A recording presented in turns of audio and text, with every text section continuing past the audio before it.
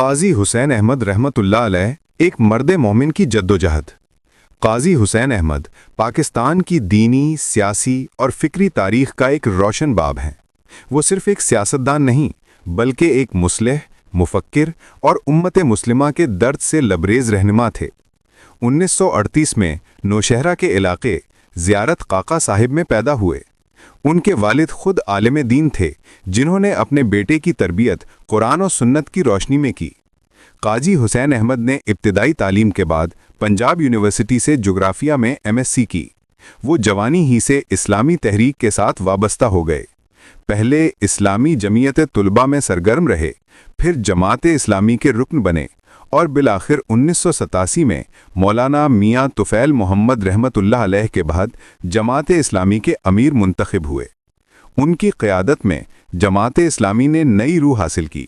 انہوں نے سیاست میں اسلام کے عملی مفاذ، عدل و انصاف کے قیام اور ظلم و کرپشن کے خاتمے کی جدوجہد کو عوامی تحریک کی شکل دی۔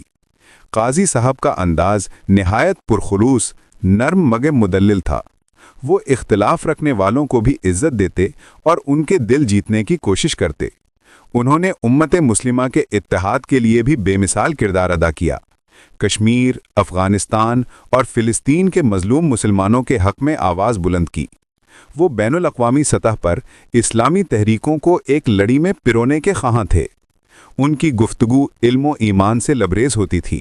وہ نوجوانوں کو امت کی ذمہ داری کا احساس دلاتے اور انہیں کردار و اخلاق کی بنیاد پر قیادت کے لیے تیار کرتے۔ ان کے جلسے، تقاریر اور بیانات آج بھی جذبہ اور یقین کی علامت ہیں۔ قاضی حسین احمد رحمۃ اللہ علیہ نے 2013 میں اپنے رب سے ملاقات کی، مگر ان کی فکر، ان کا پیغام اور ان کا اخلاص آج بھی زندہ ہے۔ وہ ہمیں یہ سبق دے گئے کہ ایمان، علم اور عمل کے بغیر کوئی قوم ترقی نہیں کر سکتی۔